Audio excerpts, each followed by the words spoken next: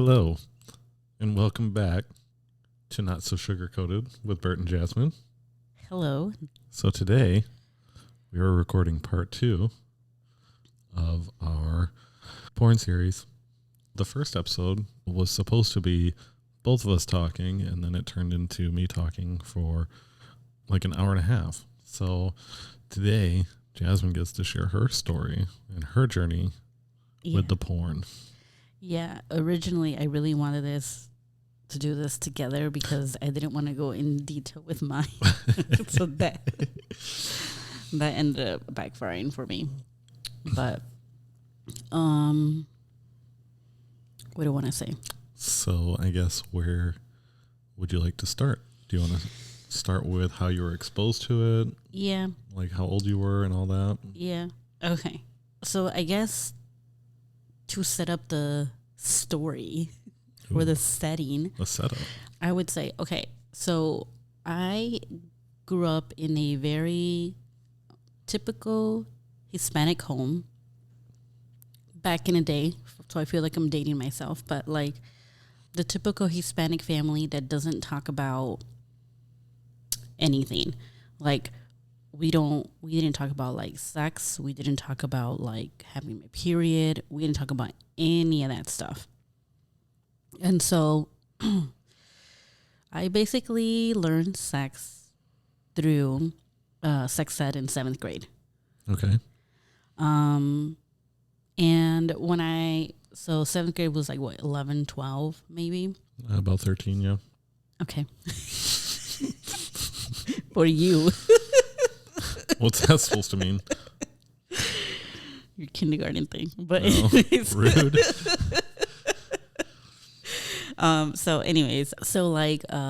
Yeah, that's how I found out about sex. And, when I found out about it, I was still in that, like, ew, like, boys are gross state, Yeah.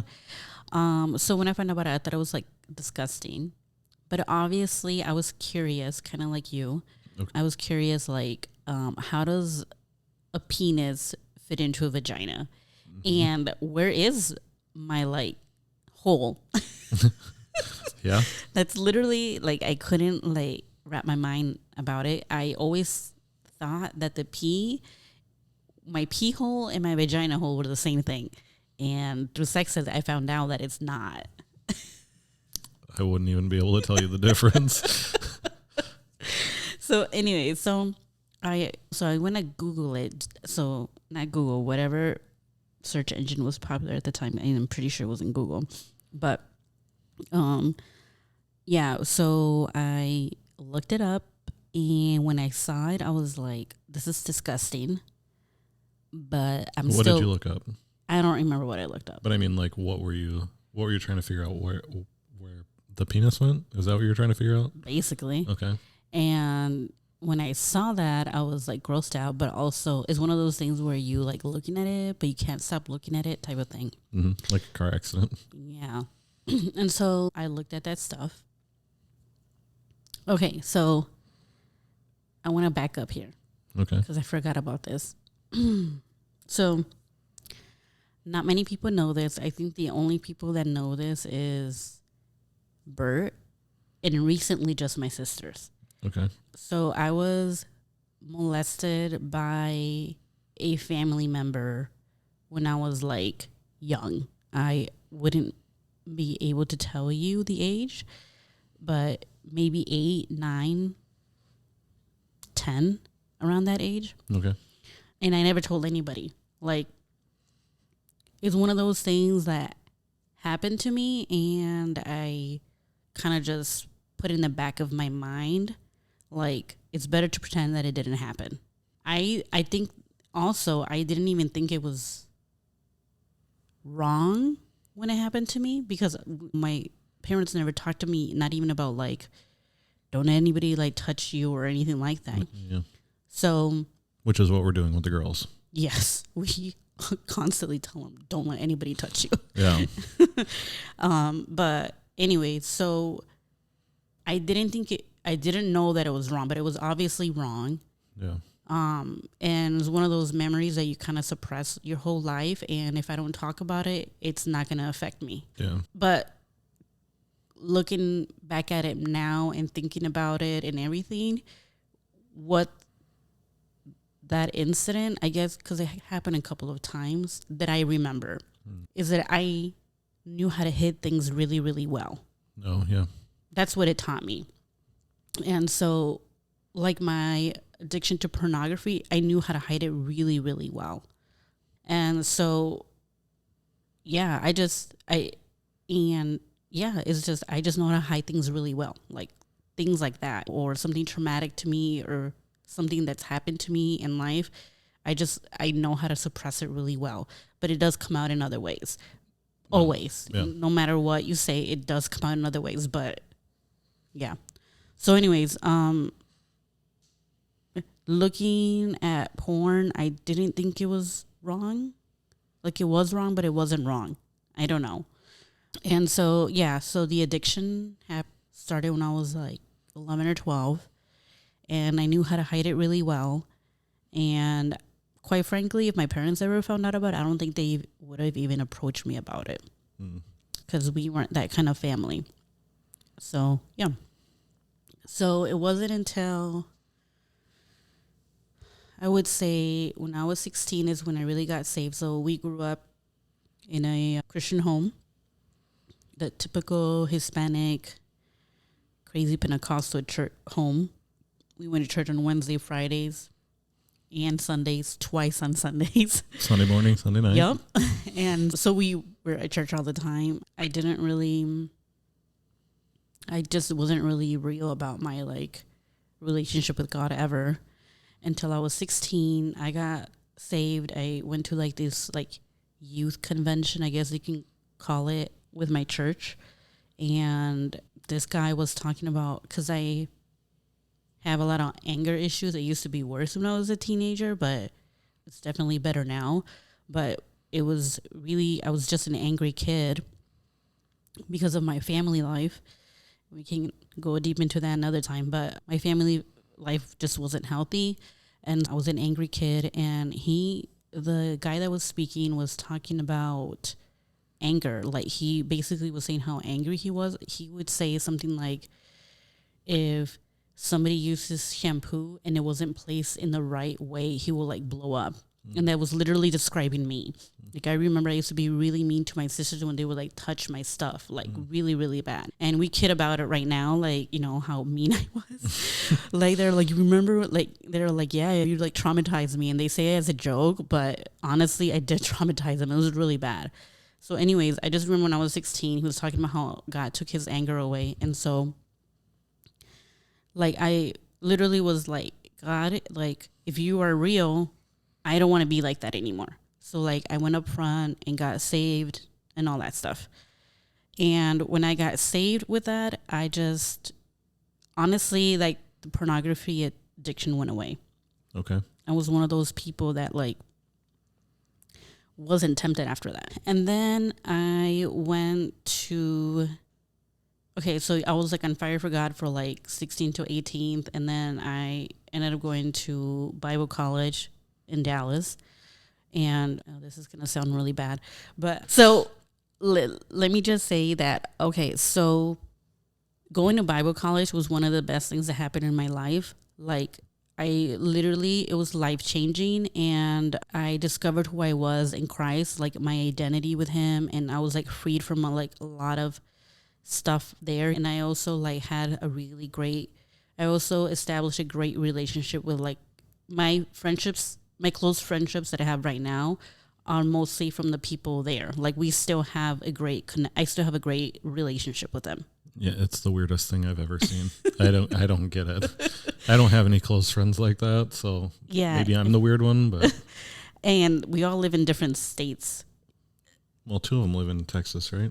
2 of them do. Sorry. So of the 4 of you, 2 in Texas, 1 in Utah, and 1 in Michigan. Yeah. And then Leilani's in Spain. And okay. Yeah. And I still talk to Chella, and she's from Denver. I only think of the three. Yeah. Because those are the three you talk about the most. Yeah. But And so anyways, like I said, it was life changing and it was great. Like honestly, it was just amazing. Anyway, so I can talk about Steve and I, how great it was and everything all day, every day. Like, I kid you not. But on the flip side of that, I call it the Jesus bubble. Yep. So elaborate on what that is. Yeah. So when you're there, and it can also happen when you're like in ministry. It not just happen like at Bible school, but I call it the Jesus bubble. What that means is like, so when I was there, I live and breathe Jesus, which there's nothing wrong with that. Like, really, I'm not saying that.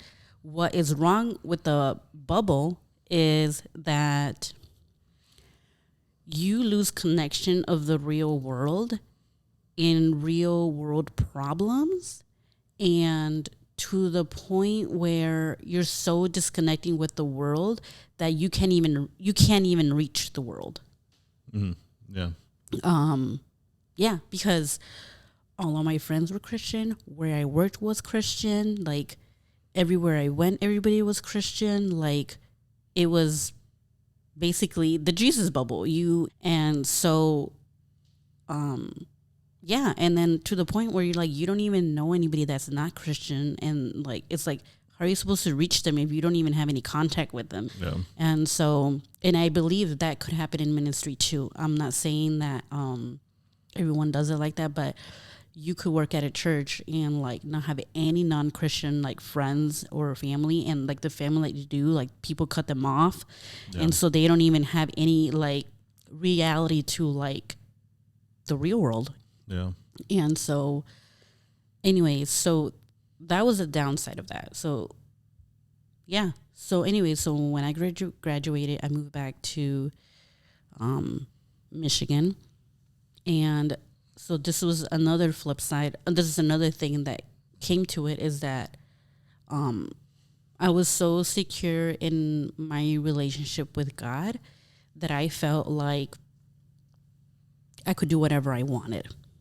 Okay. That what I mean by that is that I started slowly compromising certain things with my relationship with God, because I was prideful, basically thinking like, well, I have a great relationship with God, like this isn't going to affect me. Like, watching certain movies, certain TV shows, I would have never done it when I was in Bible school. But when I was out of it, it's like, well, I could do whatever I want. I can do whatever I want. And so little things in here, I started compromising my relationship with God and started doing certain things that I was never supposed to do. Like what? Like watching okay. I can't really set an example right now because I can't think that far ahead. But like watching certain like rated R movies that has sex scenes in them, and in my head I was like, I'm just gonna forward them. Oh yeah. Because I am free and God made me free, so like I'm obviously like strong enough for this, so I would forward them. Well, reality is, after the first time, after the second time, after the third time, oh, you know what? I didn't forward this fast enough. And then the next time is like, oh, I watched it, but I'm okay. And then the next time, it's like, oh, I watched it. It's not a big deal. And in the middle of the night, you're like looking it up on your phone. Yeah. Like, I know how it goes. So when you were at CFNI, did you have any issues with porn there? Or were you like, you were just like in such a Jesus bubble that you had no... Yeah, I was in a Jesus bubble, and mind you, because I know you had like strict curfews and all that sort of stuff, so you couldn't. I mean, you could go out, but you couldn't. It was like And the other thing though is like, you also got to realize, because I am old, I'm not 21. When I was there, smartphones weren't even a thing. Right, but you had a laptop. I had a laptop, but like, I don't even think YouTube was a thing at that point. it's like 2004, 2006. It was just getting like traction. I think YouTube just started in like 2005. Yeah, like I remember, this is going to sound so bad, but I remember one time a friend, I'm not going to say the friend because we were talking about the United States flag. Okay. This sounds so stupid, but like, and we were like talking about like how the colors represent something. Red, white, and blue? Yeah. Okay. You were talking about like red means like the soldier's blood that was spilled on the land, something like that. I don't remember. And we're like, no, it's not. And so my friend decided to put redwhiteandblue.com or something like that. And it was porn. Nice. Like, who would have thought? And we were like freaking out. Like, oh, yeah. We were like, oh my gosh, click out of it, click. And more pop up the more you close. So we were like, oh my gosh. We were like so like freaking out to the point where we were like, oh my gosh, we're going to get kicked out of school because they're going to think that we watch porn or something. And like, I don't know, but it was just, it was, that's how much my conviction was, you know? Yeah. Well, I wonder if they, I'm surprised they didn't have like I think security measures like on their Wi-Fi. I think they did. They did. But I just, who would have known that website would have been. It's random. So I do think they did have like blockers or whatever, but I wouldn't know because You never tried. I never tried because that never crossed my mind. I was one of those people who was like, I am done and I am free type of thing. Yeah. But obviously that was not the case because I let my guard down and I was prideful in my relationship with God where, you know, I would start watching it a little bit here and there after CFNI. And it wasn't like constant. It wasn't like a once a week thing or every day. It was sporadically, I would say. Okay. Yeah. And I do remember doing that a couple of times within our marriage.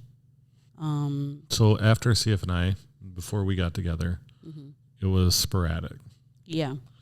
And did anyone ever catch you? No. So your sisters, your parents, I mean, you wouldn't know if your parents did, but your sisters never did or no anything like that? No friends or anything? No.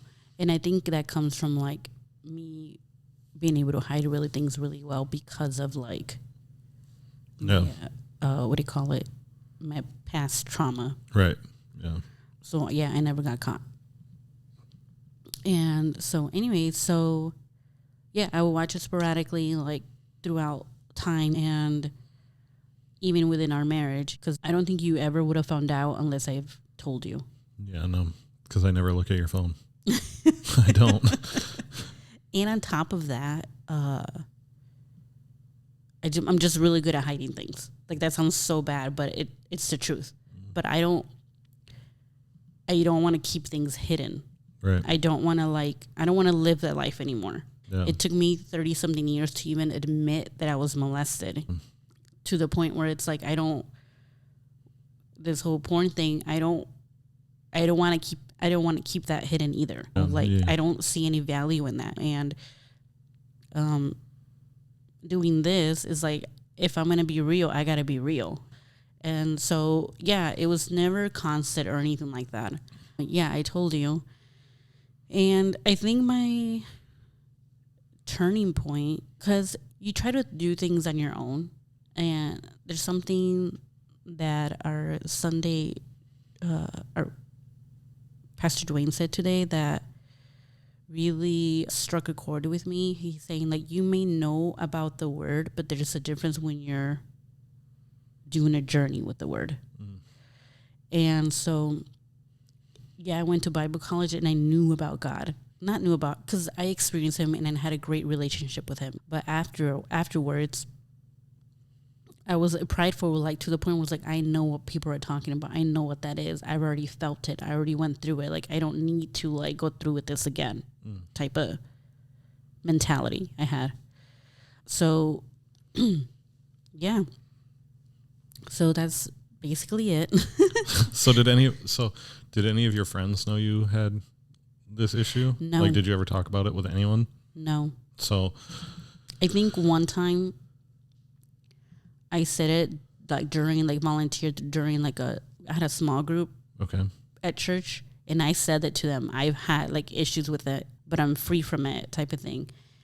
And that's it. And and I said it like as a passing thing. I didn't even say it as like trying to like dig into it. It's just more like I know this is a big deal, but nobody's talking about it. Yeah, it wasn't like you sat there and was like, does anyone else have this issue? Yeah, it was more like, yeah, I've had this, and I think I changed the subject. I don't even remember. Okay. Because I knew that if I went through it, I knew these girls, at least half of them are going through it, but they're acting like they're not. Yeah. And so, well, especially when there's other people that work at the church or family of the church, or like people who work at the church, like and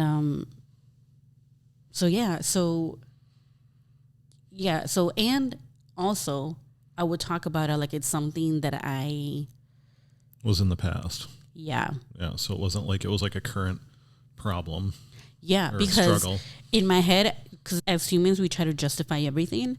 I would say it like, oh yeah, because I haven't watched porn in like in a month and a half, so this is my past. Yeah, technically it's my past, but you know good and well that it's not your past because you're still dealing with it. Yeah. So that's the way I would talk about it. Okay. Oh, like I struggled with this in high school, but like I'm free now, and because in my head I was like, well, I am because I haven't seen it in a month and a half. Yeah. I haven't seen it like in 3 months. Yeah. So there you go about that. Like liars being liars. Well, and I don't think that it's not a lie, but I mean it's in technicality it's not a lie. But what I was going to say is, I think that's natural to treat it that way because you think you can do it on your own. You think God freed me, so I'm free. Like and there is truth to that. God did free you, and you are free. But that doesn't mean you're going to not stumble. Like that was something that said to me in therapy. Mm-hmm. He was like, that's something that your therapist said? That's something my therapist said was that you're going to stumble. He said, it's like any addiction. Like he said, because when I screwed up earlier this year and I told him about it, he was saying it's very common that I think he said like 70 or 80% of people who are working through the addiction fail. Yeah. And they fail more than once. Like they fail multiple times before they finally get that true freedom from it. Yeah. So I think my turning point was when you started going to therapy. I was like, I cannot be the biggest hypocrite in the world, which is the reason why I didn't want to get saved when I was 16. I didn't want to be a hypocrite. I wanted to be real. Yeah. And so I didn't want to act this super pure person when my husband's struggling with it, but I know what it feels like, and I'm acting like I don't know what it feels like. Yeah. That's like messed up. Well, and I remember when we were dealing with that, you'd be like, I'm so embarrassed, but I got to tell you, like, I looked at porn, and I remember thinking, okay, like I remember saying to you, that's fine. Did it bother me? Maybe, but I think for me it was more like it almost justified what I was doing because it was like, well, she's struggling with it, so it's like, and plus it was like, I know what you're going through because I'm going through it, so like I'm not going to judge you for going through it because you stayed with me. I'm not going to kick you out just because you made the same mistake I did. And at the same time, I justified in my head too. I was like, well, it's not worse than what Bert is doing. Mm. Which. Sin is sin. Yeah, it is. Like, I don't know. When you commit sin and you feel guilty, you'll try everything in your power to justify what you're doing. Yeah. Mm-hmm. Even though you feel guilty and say you're never going to do it again, you're going to justify it again. Yeah. Well, it's not that bad this time. It was way worse before. Yeah. Or I'm not going to, this was the last time. Or like at least it's been a month since this. Yeah. Or you will justify everything in your power to get that guilt away. So, yeah. So when you started your whole journey, I was like, okay, I got to get my stuff together. It's not stuff that I wanted to say, by the way. And so I was like, I think there were a lot of turning points for me but there are a few things that I have learned through this journey this year, I would say. Okay. One was, I remember telling you, it was one of the times that you left out of town. Okay. I can't remember. Was it one of those in Florida? I don't know. But I remember I was by myself. The girls were asleep. Nobody was here. And in my head, it was like, and this is where your thoughts start creeping in. It's like, nobody's here. I could do something and nobody would know. Right. And so I was like, no. But you still start entertaining it in your head. Yeah. To the point where it starts getting stronger and stronger because you're still thinking about it. Yeah. So I think I was battling that in my mind for like 30 minutes or something like that. And finally, I went to my phone and I think I looked at it for like maybe 2 seconds.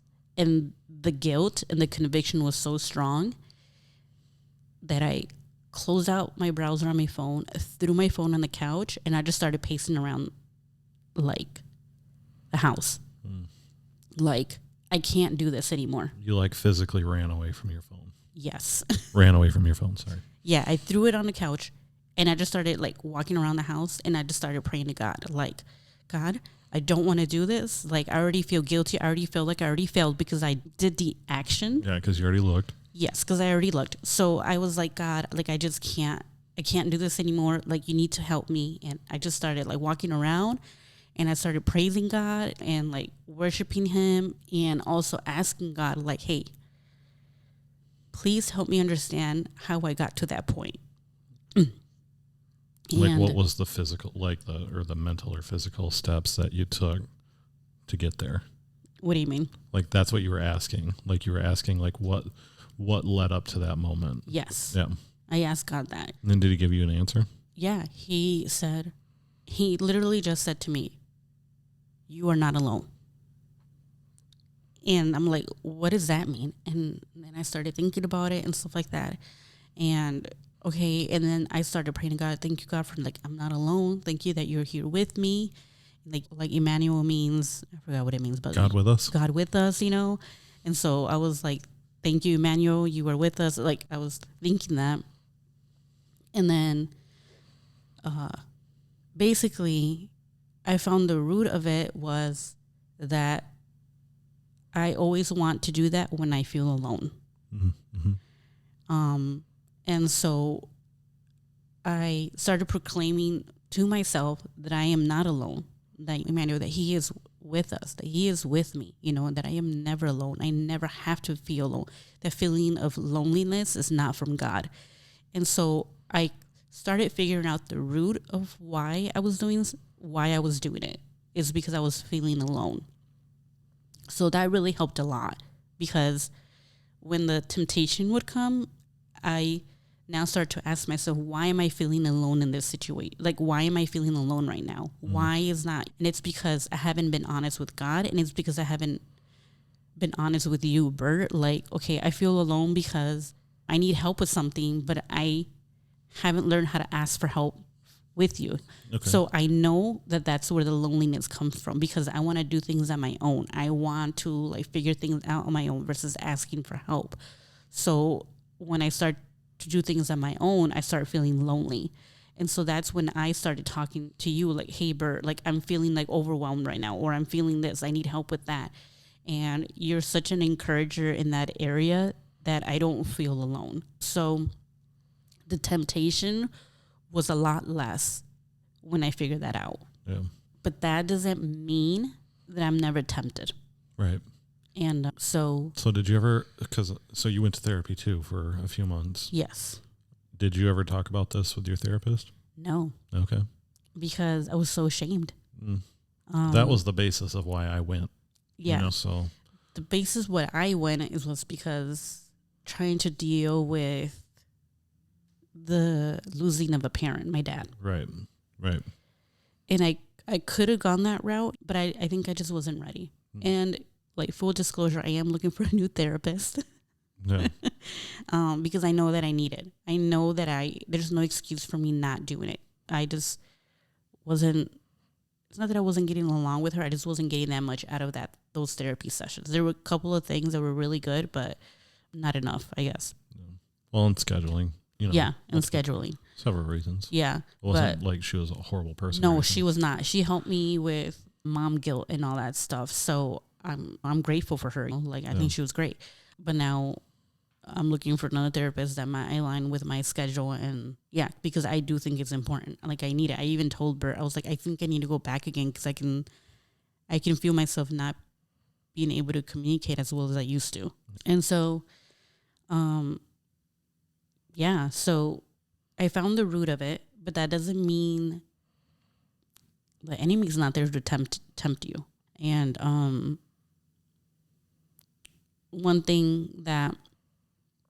another thing that like God really helped me with is Romans 6. I don't have my phone with me. I wish I would have, but basically Romans 6 is talking about like we're no longer under the law, but we're under like God's grace.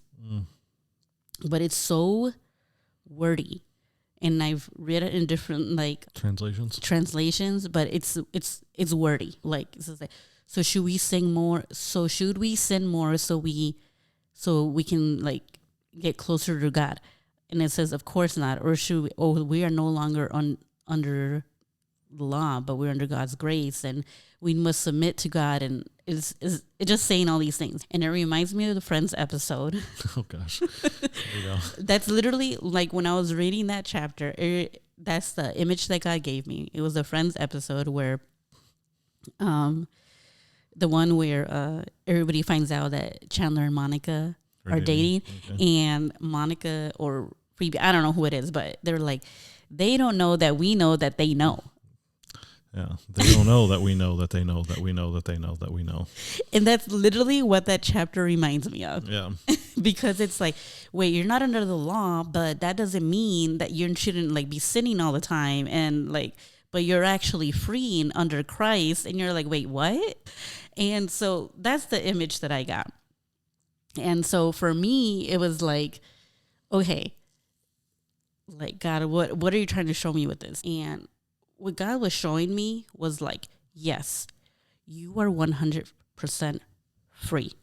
You are no longer like under anybody's submission. Like you can do whatever you want. Yep. You can do whatever you want, and God will still love me. But that does not mean that I shouldn't have boundaries. Right. Yep. And so God was telling me, get your freaking pride down, let your ego go, and freaking establish boundaries. Like you're a freaking porn addict. I don't like saying I'm an ex-porn addict, because the reality is that I am a porn addict, and I need to put boundaries around me so I will not fall into temptation again. Yeah. You don't hear an alcoholic saying I'm an ex-alcoholic. They say I'm an alcoholic. They say I'm a recovering alcoholic. Yeah, well, I'm a recovering porn addict then. Yeah. They don't say in the past tense. Yeah. Because it is an ongoing like battle. And for me, I was like, okay, this is an ongoing battle for me. What are my freaking triggers? Like what makes me horny? Who knows? But like, you know what I mean? Like, an example is, I refuse to watch rated R movies now. I know it. Or yeah, well, depending on what it's rated R for. But yeah, but like my thing was like, I really wanted to watch Oppenheimer. Yeah. I remember telling you this. I wanted to watch Oppenheimer, and then I saw like an article about Oppenheimer. Like, I was like literally Googling Oppenheimer because I wanted to like see like showtimes and stuff. And one of the articles is like, so-and-so's sex scene was graceful. I don't know. I don't even remember what it said, but it said sex scene on it. I didn't even click on it or anything. But I was like, why is there a sex scene in this? So I go on IMDb and it says 2 sex scenes with, I don't even know, but it said it was graphic or whatever. So I was like, dang, I really want to see this movie, but I can't watch it. Yeah. I just can't. Like, can I forward it? Sure. But you can't forward it in the movie theater. Well, no, you can't. But you can wait. In my head, back 2-3 years ago, I would have said, we can watch this movie as long as we forward it. Yeah. Now I'm more like, no, I just can't watch it. I can't. Yeah. And I can't watch Game of Thrones. I've never seen it, but I know that I can't. Yeah. I just can't watch certain things because it's a trigger for me. Yeah. Like, it's not worth it. And so, yeah, I know what my boundaries are now, and it's really helped me, like, thinking about it as a way is like, okay, like an alcoholic can't go to the bar. Yeah. You know what I mean? They can't have booze in their home. So why shouldn't it be any different for me? Is like, well, I'm a recovering porn addict. Okay, you know what then? I can't watch rated R movies.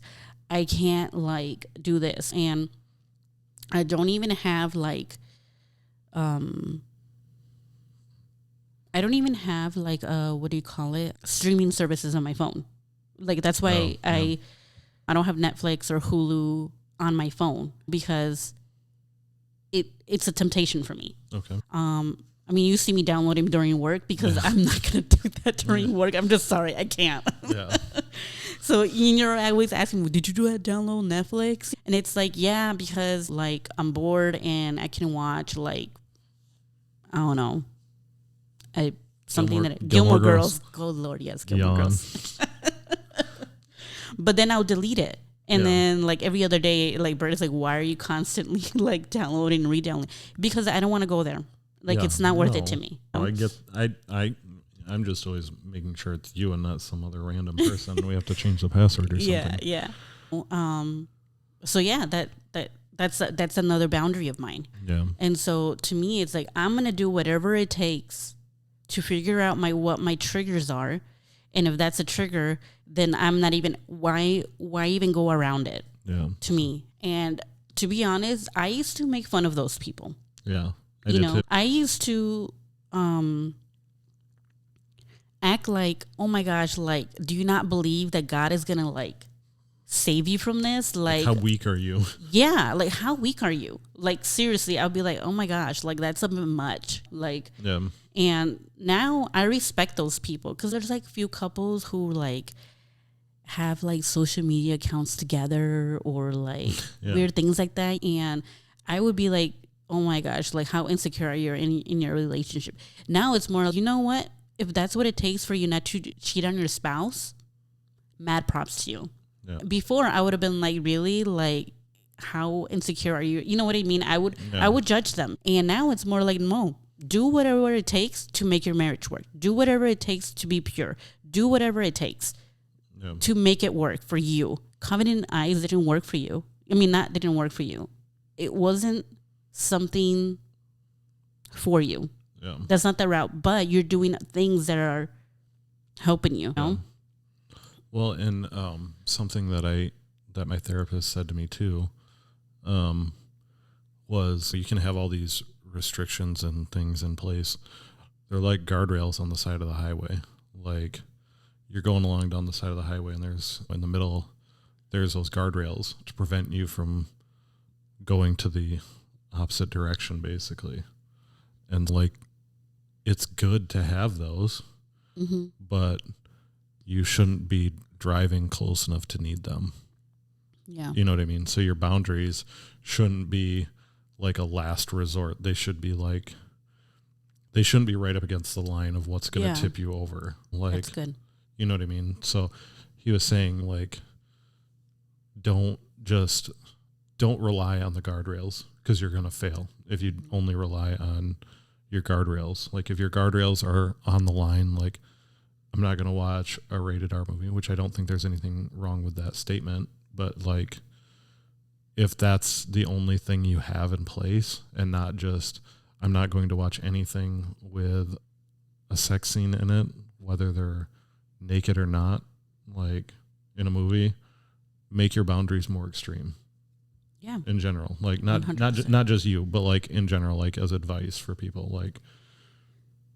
And with that being said, I think what used to make me so mad, not mad.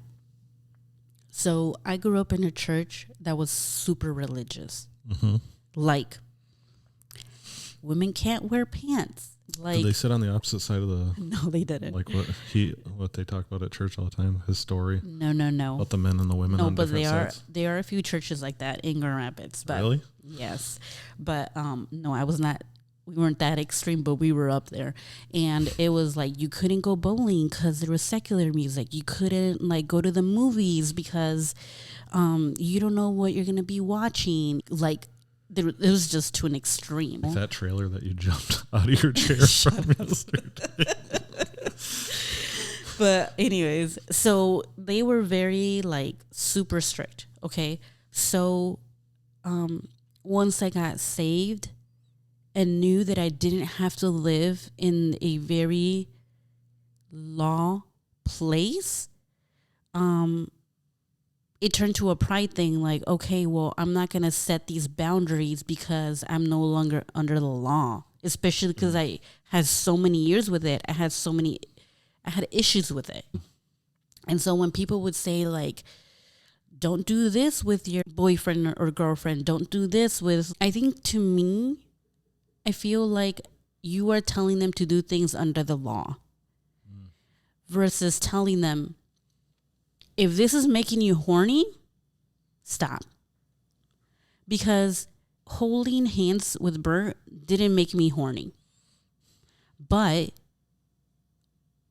other people from church would be like, don't hold hands. Yeah. So, and they would say to you, don't hold hands, because they probably got all like hot and heavy by holding hands.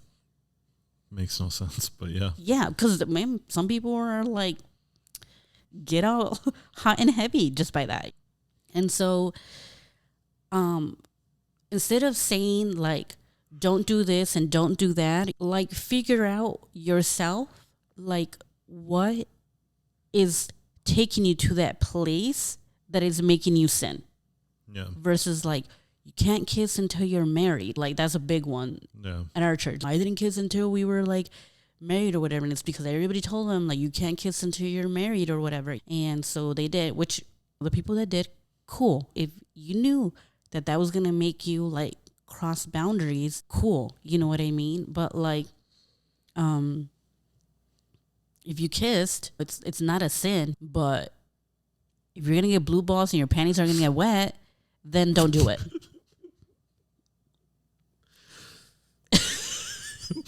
You did not just say that. What? It's being honest. You gotta warn me when you're gonna start saying that kind of stuff. Anyways. Oh my gosh. Do you like how I like say blue balls and then I mention like Romans 6? Anyways, I'm trying to be real. No, I appreciate that. It's just funny how real you are sometimes. So anyways, so yeah, I love how God works in this. And another real thing that I would say, like how like the enemy even tempts. And I told Bert this like a couple of days ago, but I have like, it's a constant thing that the enemy is always going to be trying to tempt you or, and so like last week, so I have issues sleeping. It's a whole thing. I'm like a extremely light sleeper and I wake up in the middle of the night and I all can't the time. sleep. Yeah. It's like, it's really bad. Anyways, so I literally in the middle of the night go downstairs and go to sleep on the couch. There's no other way to say that. And then last week I woke up like at 2 or 3 in the morning. I was tired. I went downstairs and for some reason I couldn't sleep. And literally, this thought just came to my head within like 0.2 seconds. Like, you could literally gratify yourself right now and nobody would know. And I didn't entertain the idea that time because I knew that like it's not worth it. It's not worth my time. Yeah. But I knew, I was like, you know what? I have a choice. Either I gratify myself or I wake Bert up. And I woke up Bert. What? Because I want to share how I'm feeling with my spouse versus thinking I can do this on my own. Yeah. And I'm learning that. And I'm proud that I'm beginning to have a relationship with God that honors him and it honors Bert, like our marriage. Yeah. It honors him. I wish you'd wake me up more often. I try and wake you up and you just push me away. Never works for me. Oh gosh. I'm not gonna be real in that part right now. But yeah, so yeah, that's kind of my thing. I don't know what other questions they have about that. So you've like never talked to anybody about it. Like you never had a close friend. Like no. Like never talked to anybody. No, I don't think so. So you've always been solo in this. Like never talked to your sisters or. No, I think not every time. Like I said. Like you mentioned it the one time at church and nobody ever like came up to you like from your small group or anything. Nope. And I think I mentioned it one time.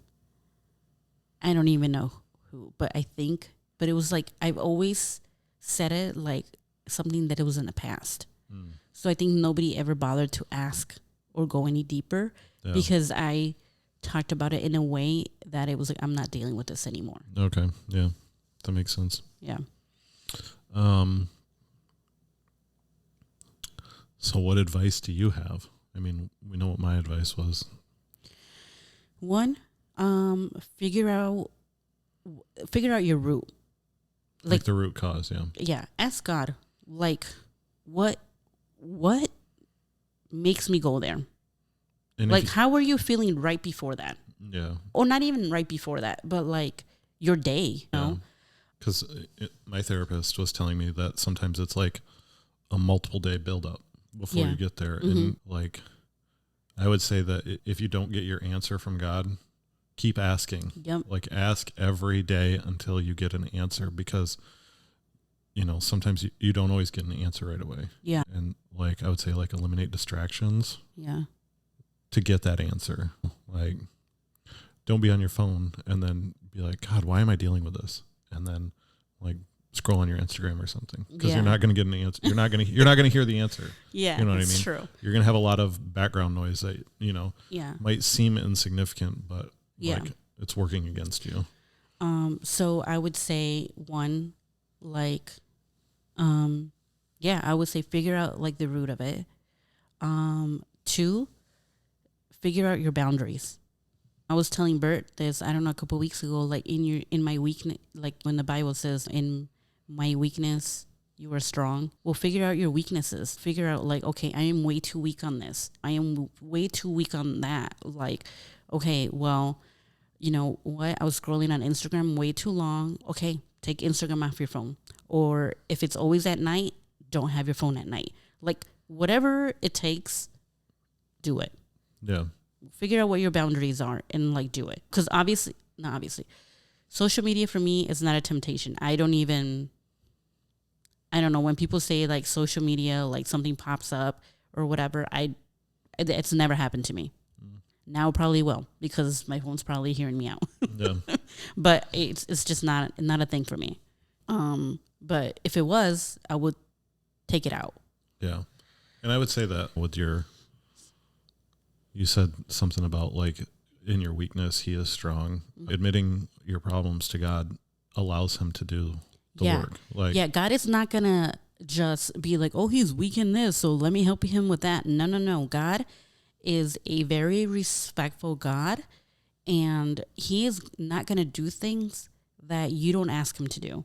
Especially when he sees your heart and knows that you're still thinking that it's not a big deal or I can deal with this. Like he's not gonna step in until you admit you need him to. Yeah, let your pride, let your ego, it don't matter.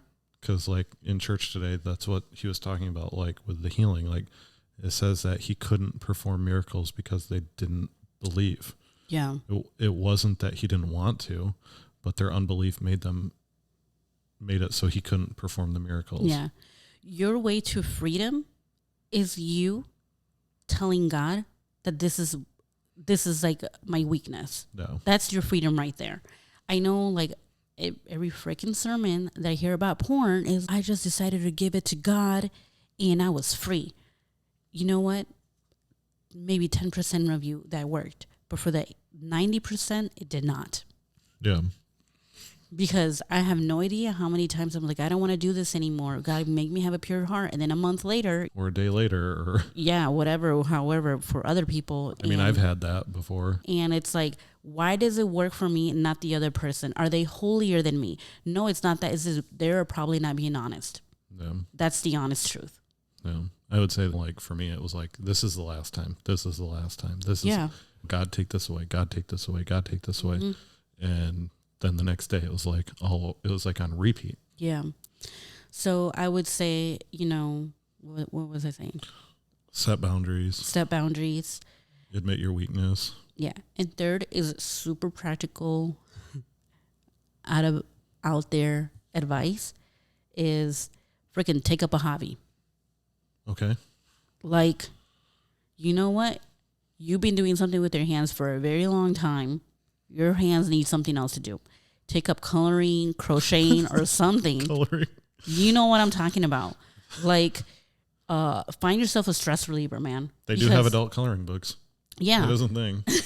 But like, as it sounds. You know what I mean? Like, do it, because boredom plays a big part of it too. Yeah. So you better take up a hobby.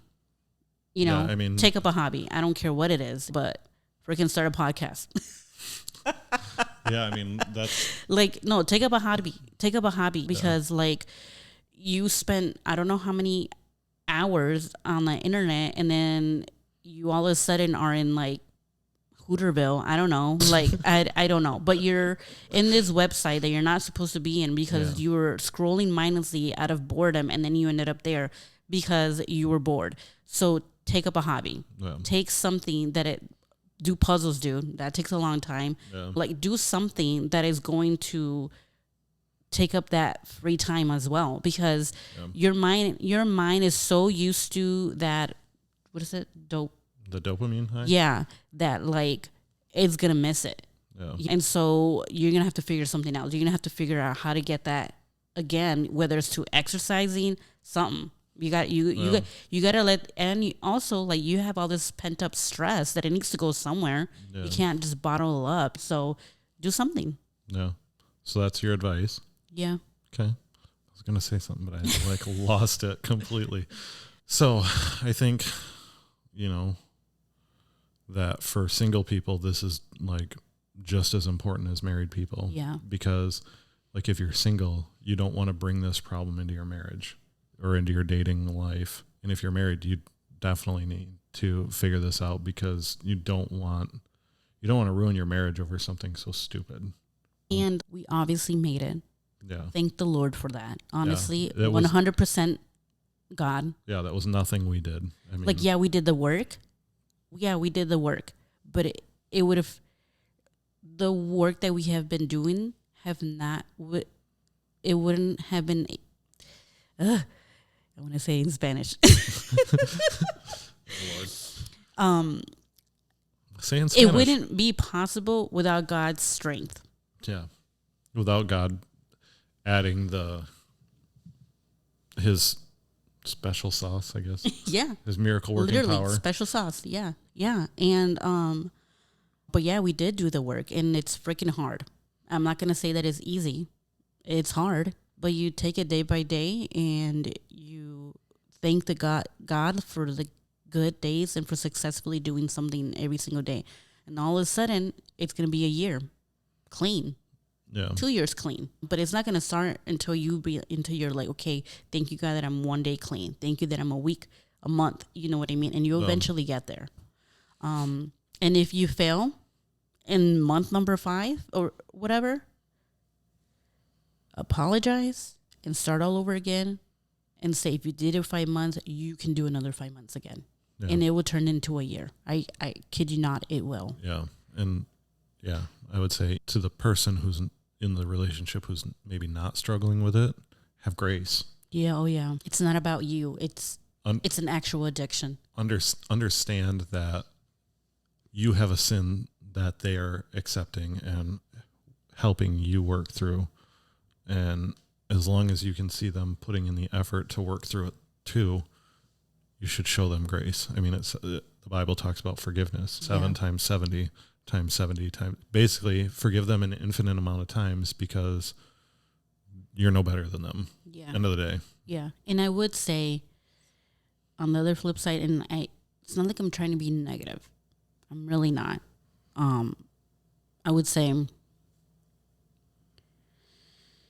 if they're not willing to do the work and they just keep on doing it, you got issues. You got deeper issues. Yeah. To the point where it's like you may have,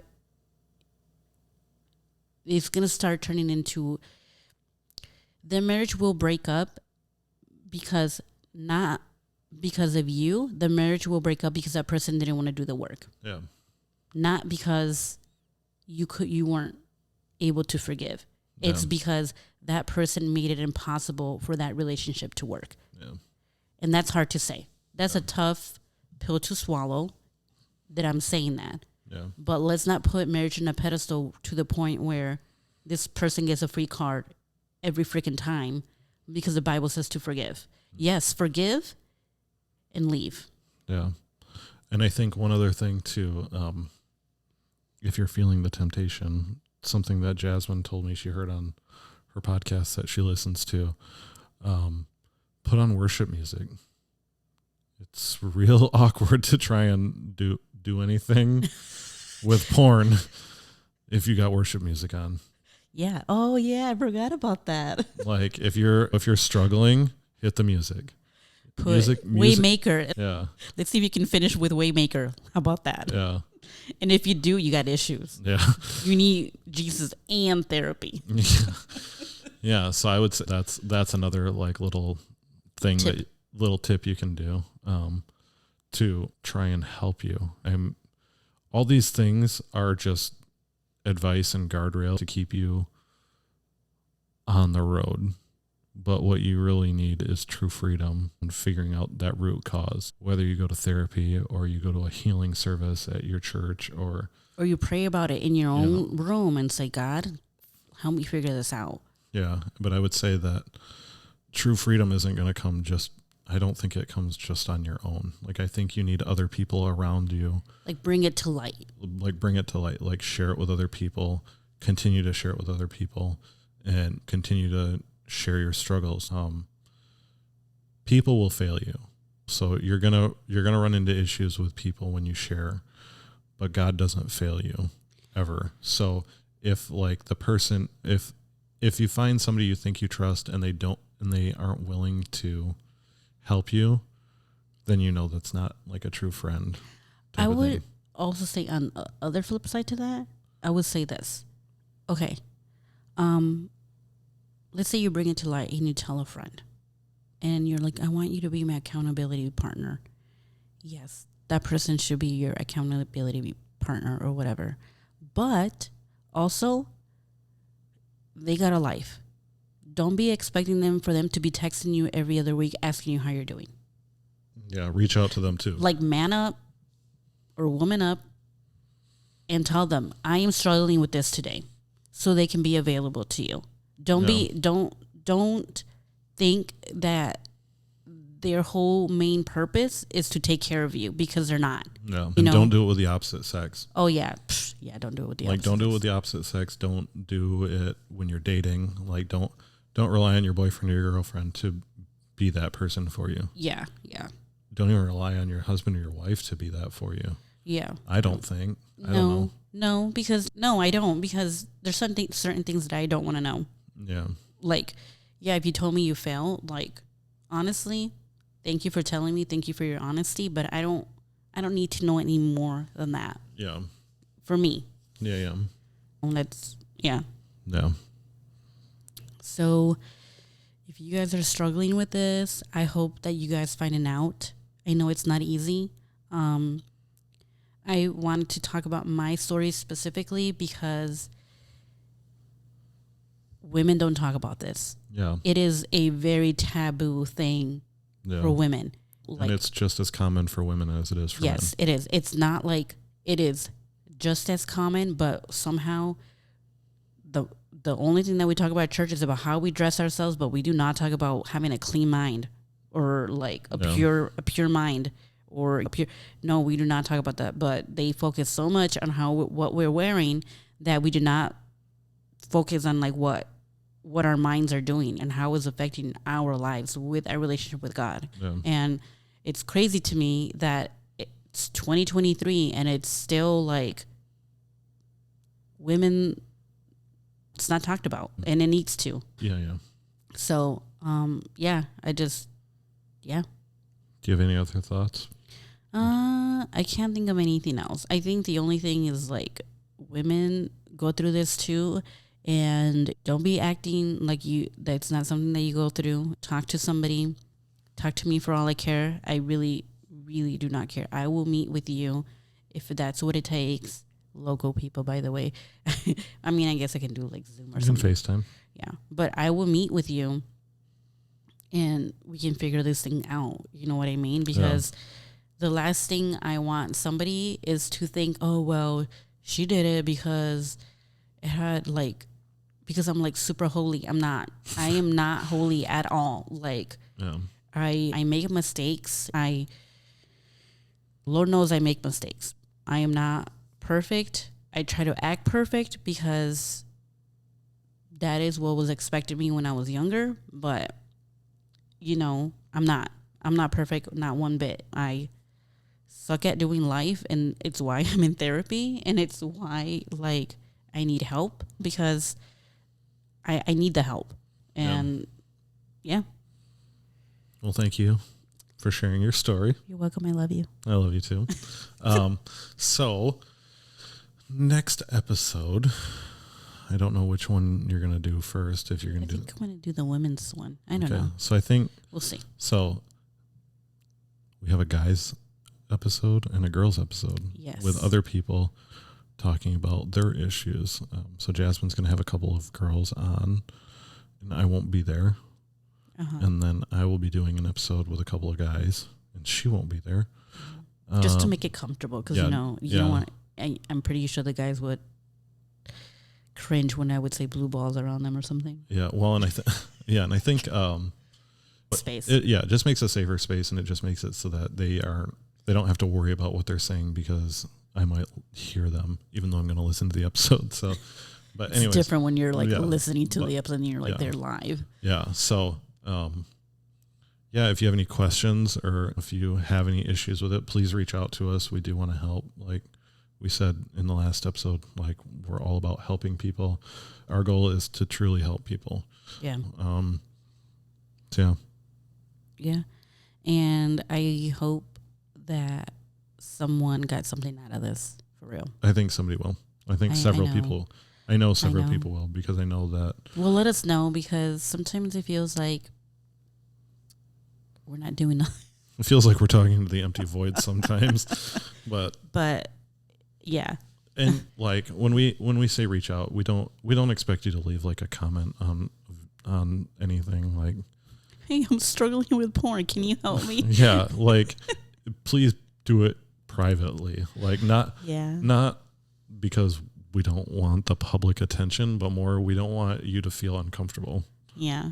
I'd rather you reach out privately and tell one of us that you're having issues. Yeah.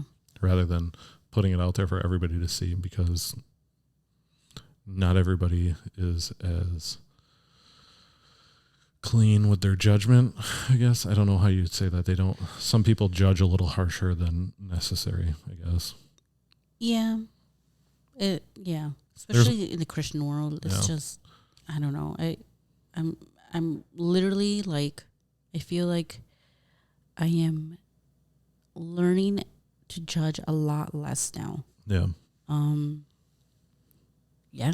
I'm just learning to judge a lot less now, especially with this whole like cancel culture thing. Yeah. Like,